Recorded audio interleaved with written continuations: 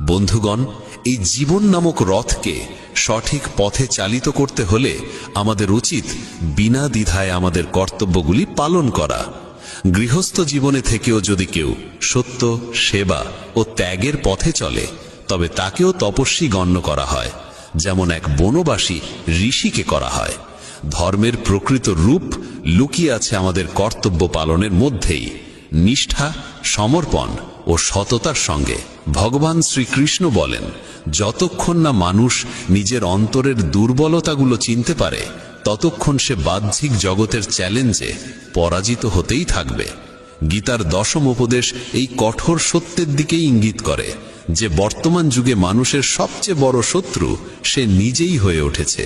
ব্যবসা হোক বা সম্পর্ক, অফিস হোক বা বাড়ির চৌহদ্দি, সব জায়গায় মানুষকেই ঠকানোর, ফাঁসানোর ও অপদস্থ করার